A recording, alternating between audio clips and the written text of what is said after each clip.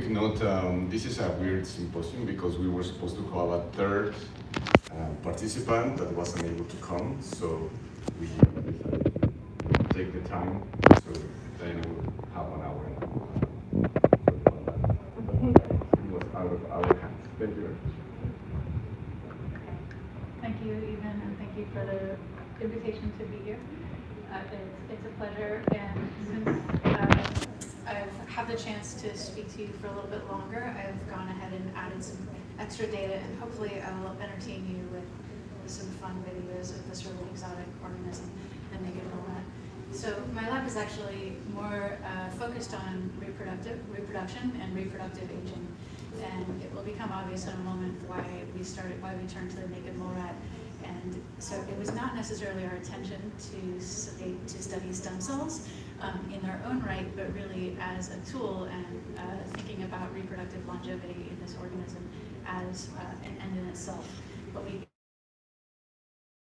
introduce you to the naked mole rat, which is an indigenous animal of East Africa, and process of aging, which affects many, really all tissues across the body. And as a reproductive biologist, it doesn't escape me that aging and reproduction appear to be linked across many species throughout biology. If you consider, for example, here, ants, many species of ants. Here you see the queen ant, the large animal, which is the reproductive ant in the colony, which is covered by many small workers, which are sterile workers in the colony. And so the queen ant is not only larger, but she lives many times, up to 20 times longer in some species than the subordinates. So this is just one example. This is not an exotic feature of ants and bees alone. In mammals, such as mice, it's known that if you remove the ovaries and transplant the ovaries from a young mouse to a middle-aged mouse, it's claimed by a number of studies that you can extend the lifespan of that recipient up to 40%. You can also improve a number of phenotypes of aging, such as dementia levels in mice. And finally, in humans, where we can't do experiments, but of course we can look at correlation, it's shown that in women, particularly after menopause, which is the cessation of function of the ovaries and the HPO axis, we know that women are at increased risk for a number of diseases of chronic diseases of aging, such as cardiovascular disease, metabolic disease, and neurologic disease. And we also know that parity itself, so having reproduced and even having reproduced later, is also associated with increased lifespan of females. So we know that there's this link. And if we back up even further, we consider physiology. It's been known it's been observed for over 100 years that there is a correlation between body size, especially in mammals, and longevity. And this physiologist calls Cowper's rule, or Cowper's law, also known as the mouse-to-elephant curve. And so we all know that mice are small, they are highly fecund, they have many offspring over their lifetime, their metabolism is fast, but they live at most a year probably in the wild and up to 3 years in the wild, versus an elephant, which has a slower metabolism, a longer lifespan, a larger body. And so we think of this as sort of a yin and yang of lifespan and metabolism. But I just told you that there are cheaters, and so we look at who falls off of this diagonal.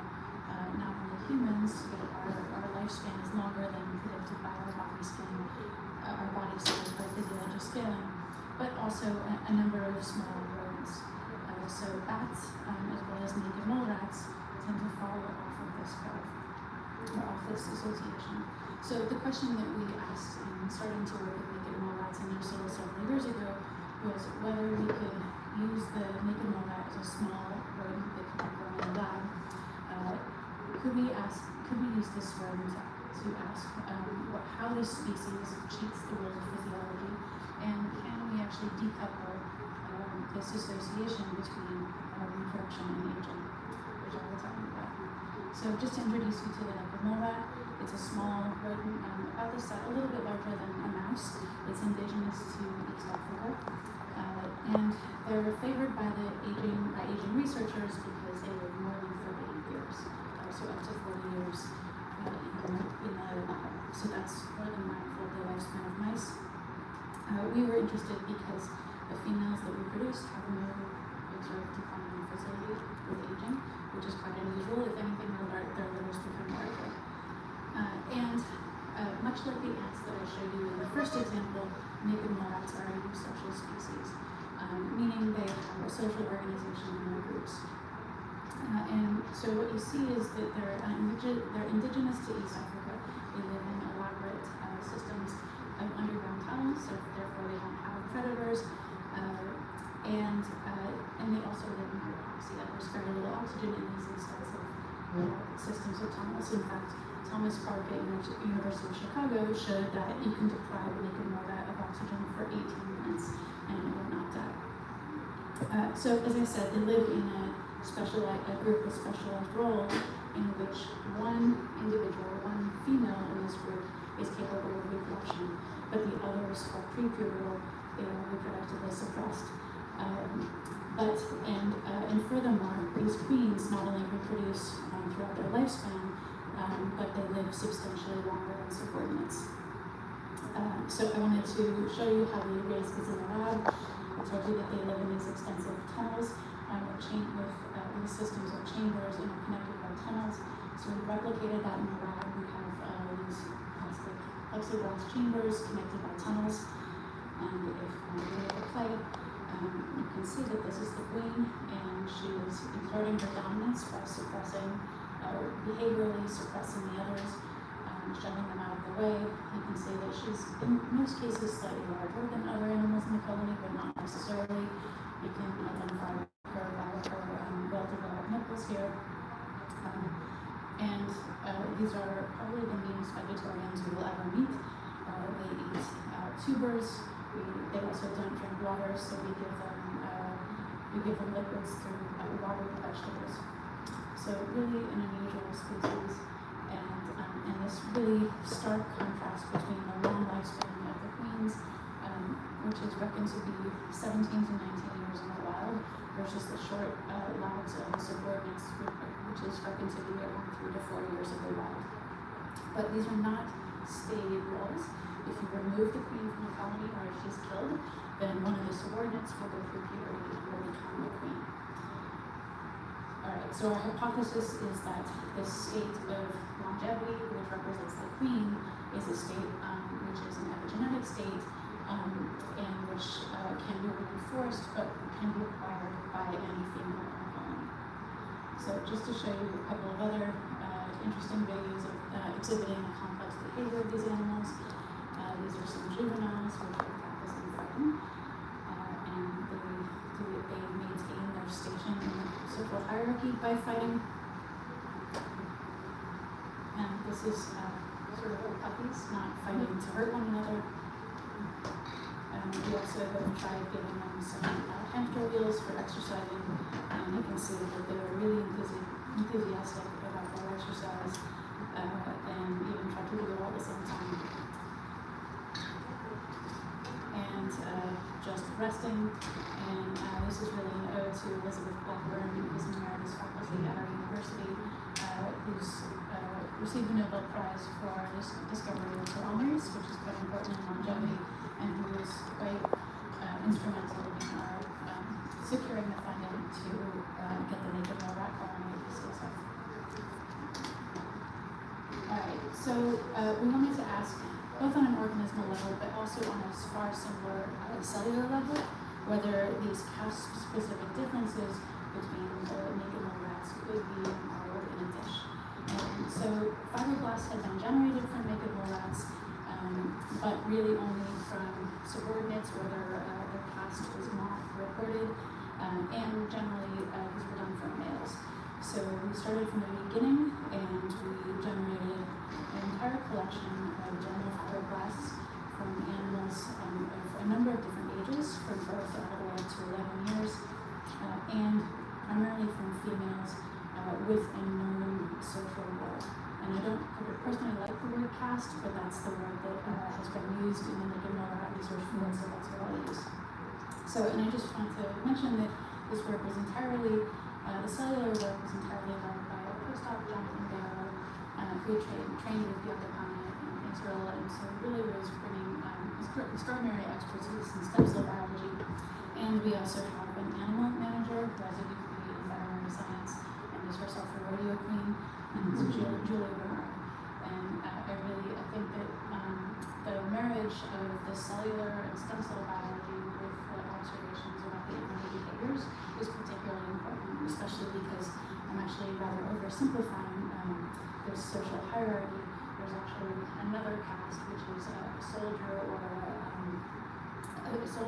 forager caste, which tends to be the behavioral phenotype which goes and explores, digs, and establishes a brand new colony. So what Jonathan did was, and this is just emphasizing that in the lab, the queen lifespan is more than 30 years. The oldest animals in captivity are about 40, whereas the known lifespan is about 19 years on average for female subordinates. So we established this collection of fibroblasts from all these different ages and social and places in the social hierarchy. And right away, Jonathan noticed that they behave quite differently. So this is just a fibroblast scratch assay in which we make a very stereotyped scratch in a lawn of fibroblasts and then record how much that scratch fills in after 3 days. And so it's truly an assay more of migration and proliferation.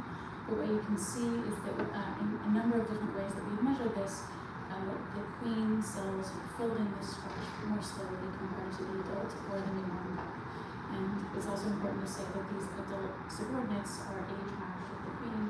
Many times they come from the same colony, so they share a genetic background.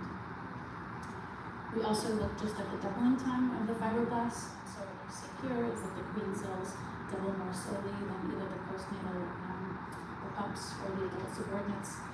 Similarly, when we look at just a marker of proliferation of human cell cycle, Ki67, we see that the queen cells are far less frequently in cycle compared to the adult subordinates. So when we think about aging and what's known about aging, it's been established by many in the field that there are a number of hallmarks of aging, including telomeres, which I mentioned but won't talk about here, epigenetic alterations, mitochondrial dysfunction, cellular senescence, stem cell exhaustion. And so we thought that it made sense just to simply look at some of these hallmarks, but really in the back of our minds were these questions. Previous people studying naked mole rats in the field and other species of mole rats that are long-lived have thought of this species as a superager, and that's based on comparison of this species to something like a mouse or a rat. So that's one comparison. But the kind of comparison that we're making is between different social roles, between a queen and a subordinate, which have different lifespans, which are in the same species. So really, one question we've asked ourselves is whether these queen cells are they aging more slowly than subordinates, or are they somehow doing a selective mechanism for resistance to mechanisms of aging? So the first aging phenotype that we looked at, of course, was senescence. And so using a standard assay in the field of SA beta gal, you can see that relative to the postnatal, the postnatal pup at 5 days, their fibroblasts have relatively little senescence, whereas the adult subordinate, which was around 6 years of age, had a lot of senescence, and a similarly aged queen had very little. And so here it is quantified. And so we can't really say from this assay whether there is truly more senescence or whether the cells are cleared more quickly. And I'm certainly not an expert in senescence. We also, just for the aficionados, I wanted to note that we looked at lamin B1 levels at qPCR, and those are not different between these two castes. And triggers of senescence are known to be P21 and P16. So we would actually predict those to be a little bit lower in the queen, but in truth we found that they're slightly elevated. And so we're puzzling about what that means in this particular case. But one thing that we did notice is just keeping in mind that the queen cells are far more slowly dividing and expanding. We did notice that notch regulator, HAS1, is highly upregulated in the fibroblasts of the tumor. And it's been established in other neural stem cells, especially, that HAS1 is a regulator of quiescence. And so it's rather interesting that both senescence is decreased, but quiescence is increased, and perhaps these make more sense considered together. So we then proceeded to ask more specifically why. And so I'll show you some omics that we've thrown at the cells. So we first did an RNA sequencing experiment with the fibroblasts of the queen versus the subordinate, and looking at two different lines for each. And so what I'm showing you is just the most dramatically upregulated genes in the queen fibroblasts. And right away, looking at them, you notice that all of them are encoded on the mitochondrial genome. In fact, 10 out of, so there are 37 genes on the mitochondrial genome. 13 of them are actually protein coding, and just in these top upregulated, we hit 10 out of those 13, which was rather interesting and suggested that perhaps there's some sort of metabolic difference. And we wondered whether could it just be something simple, like could the queen fibroblasts simply have more mitochondria? So we actually did a genomic DNA PCR, so with a few different genes. I'm just showing you a summary of those. And indeed, mitochondrial COX-1 was highly elevated in the queen compared to either the subordinate or that postnatal adult.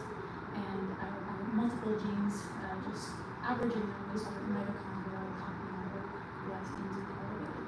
We also looked more functionally, first of all, at just a mitotracker dye, looking by flow cytometry. You can see at a single cell level, the queens have a higher number of higher mitochondrial signal compared to the subordinates. This is just the ones taking control in blue. And then looking at mitochondrial transmembrane potential with TMRE, we actually saw that the subordinates looked rather bimodal. We're wondering, and we don't know yet, whether this hierarchy is actually just the cells that are in cycle, versus the queens, which are much more quiescent, as you remember, which seems to be much higher in their transmembrane potential. Okay.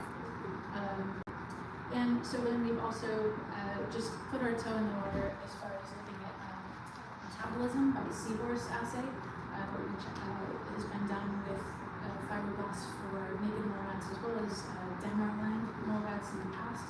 And so we had to make it a number of adaptations to make this work for our cells. And so what you see is that when we look at basal respiration in the queen, the subordinate, and the newborn pup, you can see that it may be slightly lower. These are experiments that we need to repeat, so I would say that this is preliminary.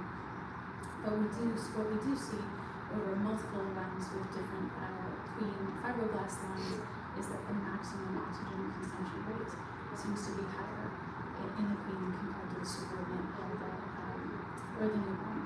And this, as I mentioned previously, studies in both Denmarland mole rat, another mole rat that's not quite as long-lived, as well as naked mole rat, found that they had overall a lower rate of respiration compared to guinea pigs. And so this is consistent with that, but they had not looked at past differences. And so this suggests that the queens themselves have a higher oxygen, higher metabolic capacity compared to the subordinates. We've also teamed up with Lydia Finley at Sloan Kettering in New York to do metabolomics on just the supernames from these individual cats. And what you can see is that we did this over quite a long time, over 96 hours, which for the metabolomics is quite extreme. And so this is glucose consumption, as well as remaining lactate and pyruvate. And what you can see is that the queen cells consume quite a bit less glucose. They spit out a lot less lactate and pyruvate. And so looking at the ratios, and I'm sorry, we've switched the colors on you between queen and subordinate adult here. But overall, this suggests that the queen cells are biased for oxidative phosphorylation compared to the subordinates, which is again consistent with this idea that there's more mitochondria and we're using mitochondria. Okay, And then finally, we did some proteomics. And so this was, again, to get an idea of what's different between these cells. And so we took the fibroblasts, we ground them up, and so we used the lysate, which was not just the supernatant from the cells. And so we've done this from 2 different lines, from adult subordinates, and 2 different lines from queens. And what you can observe is that each individual clusters together in PCA space, which was quite encouraging. So we first looked at what proteins were up in queen. 303 passed our false discovery rate of 5%, and the projection is not very clear, so I'll just tell you that the top category in the top pathway was TOR signaling, which was up, as well as autophagy, and even help people speculate on what that means. And then what proteins were up in subordinate. Over here, what you probably can't read is that cell cycle or proliferation was the top upregulated category, and that was sort of a head check. And insulin signaling was the other pathway which was up. So just to summarize, I've told you that the queen animals live substantially longer, both in the wild and in captivity. And from our observations, it seems that relative to similarly aged adults, where germinal fibroblasts have increased number of mitochondria, they proliferate less, they seem to have less senescence, and the pathways that seem to be upregulated are TOR signaling, hypoxia-induced factor signaling, autophagy, versus in the subordinates, insulin signaling, and ROS1. So I would ask that you not take the rest. If you could not use your phone for the rest of the, because what I'm presenting is not published. Okay. Thank you.